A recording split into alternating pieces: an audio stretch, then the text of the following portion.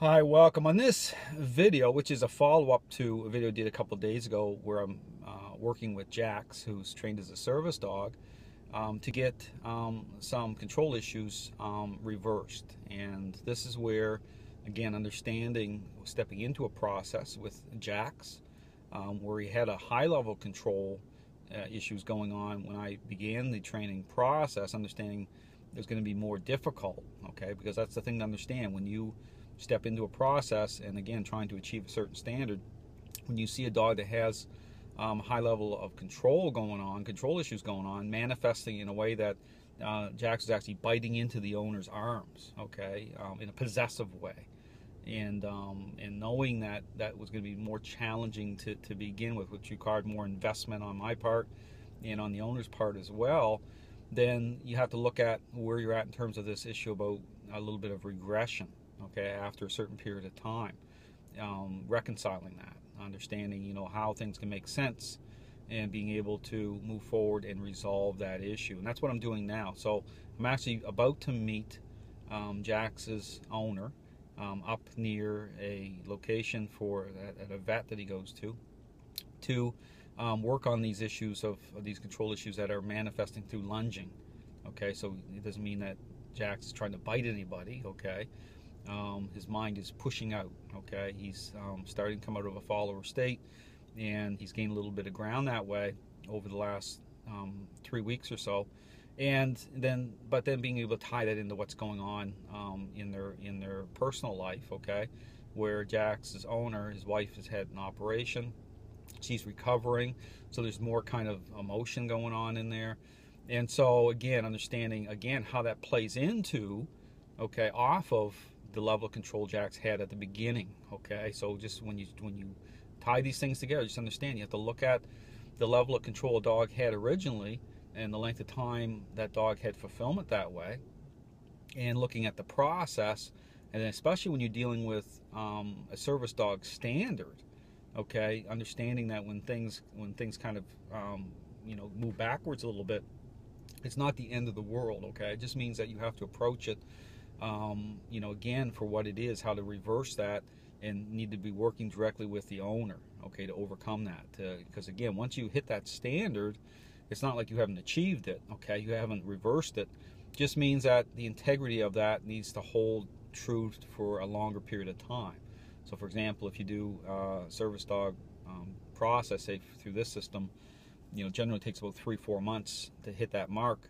And then depending on the level of control that dog has had when you stepped into the process, you still have to, even though it's more of a formalized, more intensive process for those 3 months to hit that mark, you still got to really maintain a certain level of that. Okay, it's not as intensive, but a certain level of that for could be many, many months.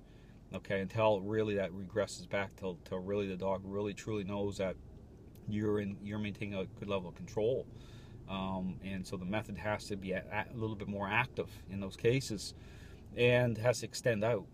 So when you hit this type of situation, just understanding how do you deal with it. You just don't write the dog off. You say, okay, putting the pieces together, knowing how to overcome it. It's doing what I'm doing now. I'm working with the owner. I'm about to meet him up at his veterinarian clinic, where some of this lunging behavior is really keyed up on in certain areas. And again, the reason for that is people are putting more demand on a dog, which is what's reasonable. But if a dog is already gaining control, they're going to get a little bit more challenging.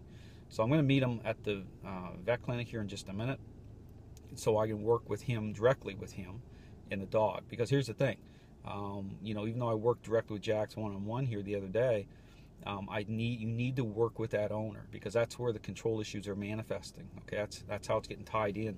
It's connected that way. So you have to you have to work on that association alongside it.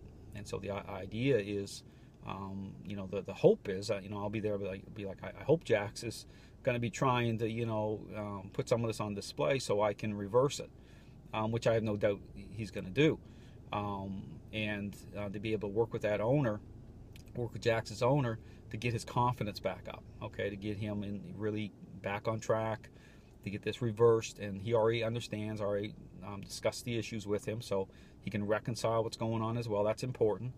They understand, you know, what's happening within the home environment. His wife just had an operation, so 2 or 3 weeks ago, so that plays into it.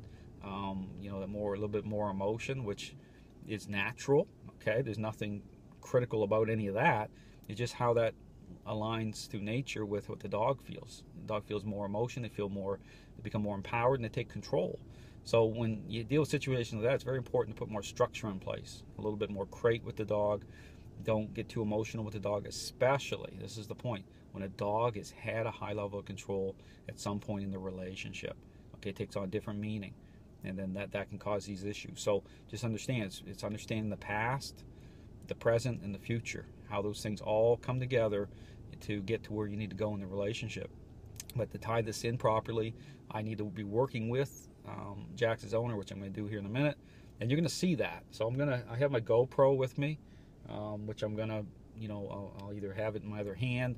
It may be a little shaky because I'm going to be, you know, I'm going to be focusing on the method. So just explain what I'm doing. So when I show up at the vet clinic, Jax's owner is going to meet me there here in a minute, and I'm going to be, you know, right from as soon as Jax gets out of the vehicle, okay, immediately working on putting him into lots of down positions. Okay, really putting influence on him too, to stay ahead of the curve of his mind. I'll be in tune to his mind. So, you know, when I'm looking at a dog, I can see how the mind is beginning to build. And so I'm going to be really working on getting a really good state of mind, kind of relaying the roadway, so to speak, between the vehicle and the vet clinic. Now, I'm not sure yet if we're going right into the clinic. I believe we might be. So if we do, because this isn't based on an appointment. This is just to work the dog in that area where there's been more lunging behavior.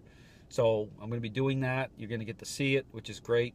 But this is one of, I may have to work on, you know, 2 or 3 different locations. But it's like the same thing. When you invest in a dog owner, you know, you're with them on the journey. So here with the service dog, this is all ties into it. This is all included in what I do. So if an owner is experiencing little issues like this, then, you know, I kind of come online and work with them to get the issues back.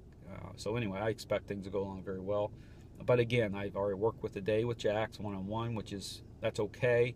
But again, really important, the big focus needs to be me working with the owner, because these issues are tied into that owner. That way, dogs gain control through that owner. So I'm just coming alongside and with the owner there and really working on Jax's state of mind. So again, you get to see this part, kind of like part 1.